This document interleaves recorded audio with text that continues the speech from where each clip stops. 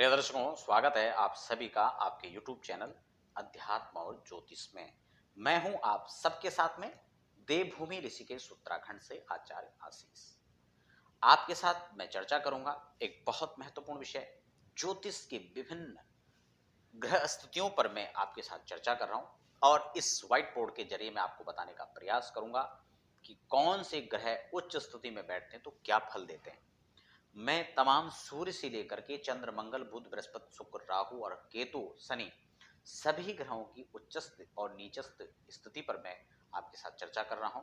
आज इसी श्रृंखला में मैं आपके साथ बात करूंगा शुक्र को लेकर के। यदि शुक्र आपकी जन्म कुंडली के अंदर ऊंच के बैठे हैं या नीच के बैठे हैं, उसका क्या फल रहने वाला है। और हाँ, यदि वो उच्च के बैठे हैं और आपको इससे संबंधित जो फल है, जो मिलना चाहिए, वो फल आपको नहीं मिल पा रहा है, तो उसका क्या कारण हो सकता है और ऐसी स्थिति में हम क्या उपाय कर सकते हैं सरल, जिससे हमें इसका लाभ मिले, हम अपने जीवन में उत्तरोत्तर आगे बढ़े। इन्हीं सब चर्चाओं को मैं अपने आपके साथ में इस चर्चा को करूंगा। इससे पहले मैं आपको ये बताना जरूरी हो जाता है कि ये ग्रह उच्च कब होते हैं और नीच किस स्थिति में पड़ते हैं, यानी शुक्र कौन सी राशि में उच्च क्यों होंगे। मैं विस्तार से चर्चा को शुरू करूं इससे पहले एक छोटा सा निवेदन रहेगा। यदि आपको हमारा कार्यक्रम पसंद आता है तो वीडियो को लाइक, कमेंट के साथ साथ आप चैनल को सब्सक्राइब करना बिल्कुल ना भूलें, ताकि आने वाले समय में आप हमारे साथ तमाम ज्योतिष की विभिन्न चर्चाओं के साथ आप जुड़े रहें। साथ ही आप वीडियो को शेयर जरूर कर दें, ताकि ज्योतिष के अद्भुत ज्ञान को आपके साथ साथ और लोग भी इससे लाभान्वित हो पाए। हम बात करेंगे शुक्र की उच्च स्थिति को लेकर के। शुक्र किस राशि में उच्च के होते हैं, यहां पर हमने लिख दिया 12। इसी 12 को मीन राशि कहते हैं और यहां पर हम शुक्र लिख देते हैं, तो शुक्र देव मीन राशि में उच्च के हो जाते हैं। आपको समझ में आ गया होगा। इसी की ठीक विपरीत अवस्था यानी अगर हम बात करें इससे छठे राशि की, ठीक है, यहां से जब छठा चलेंगे तो यहां से या तो पीछे 7 आ जाओ या फिर आगे, ठीक है। यहां से देखेंगे तो 12 के बाद यहाँ पे 1 आ जाएगा, 2 3 4 5 6, यहाँ पर 6 अंक आएगा और इसी के बिल्कुल ठीक सामने छठे अंक में यानी कन्या राशि में शुक्र जो है नीच के हो जाता है। ये हर किसी ग्रह का सिद्धांत है कि अपने से ठीक 7वीं राशि पर चल करके वह ग्रह नीच के हो जाते हैं। ठीक हो गया। मीन राशि में शुक्र उच्च के होते हैं।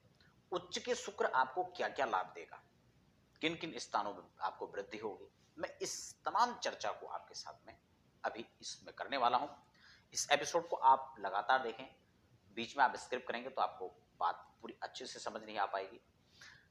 और आपको एक प्रश्न यहां पर होगा, संदेह होगा, आप अपनी कुंडली निकाल करके देख सकते हैं कि आपकी कुंडली के अंदर क्या ऐसा योग है। लेकिन यह भी हो सकता है कि ये 12 अंक आपकी कुंडली में यहां पर हो, या फिर इन 12 ग्रहों के अंदर ये 12 का अंक कहीं भी हो सकता है। यानी जो ये 12 लिखा हुआ है, इस 12 का मतलब मीन होता है, मीन राशि होती है और ये राशि आपकी कुंडली के अंदर कहीं भी बन सकती है 12 भाव के अंदर। लेकिन वहां पर यदि शुक्र हैं, 12 का अंक यहां पे हो या यहां पे, यहां कहीं भी हो, उससे कोई फर्क नहीं पड़ता। लेकिन अगर वहां पर बृहस्पति बैठे हैं तो जिस सिद्धांत को मैं समझाने का प्रयास कर रहा हूं वो सिद्धांत इस पर लागू होता है। यानी यहां पर अगर बैठे हैं तो शुक्र ग्रह आपके उच्च के हो। ठीक हो गया। अब उच्च के शुक्र से हमें क्या क्या मिलेगा। सबसे पहले शुक्र हमारे लग्जरी जो जीवन है, वैभवशाली, ऐश्वर्यशाली जो हमारा जीवन है, वो हमें शुक्र प्रदान करता है। यदि हम बात बहुत विलासों की करें, लौकिक सुखों की करें, उसमें भी शुक्र का अहम रोल होता है। बात यदि सौंदर्य की करें, आकर्षक व्यक्तित्व की करें, उसमें भी शुक्र का रोल होता है। राजनीति में बात करें, ऐसे व्यक्ति राजनीतिज्ञ अच्छे होते हैं। संगीत में शुक्र की अच्छी पकड़ है, नृत्य हो, गायन हो, वादन हो, ये संगीत के ही सब पार्ट हैं। यहां पर भी शुक्रदेव अपनी मजबूती से जो है अपनी पकड़ बनाए रखते हैं। शास्त्र ज्ञाता होने के साथ साथ, क्योंकि ये शुक्र जो है ज्योतिष की विधा में काफी अच्छे से अपना स्थान रखते हैं। इसके साथ साथ में ये दैत्य गुरु हैं, लेकिन हैं तो गुरु, शिक्षा में इनकी बहुत अच्छी पकड़, तो इसलिए हम उसमें भी इसका विचार कर सकते हैं। साथ ही साथ उच्च के शुक्र वैवाहिक जीवन को भी सुखमय बनाता है।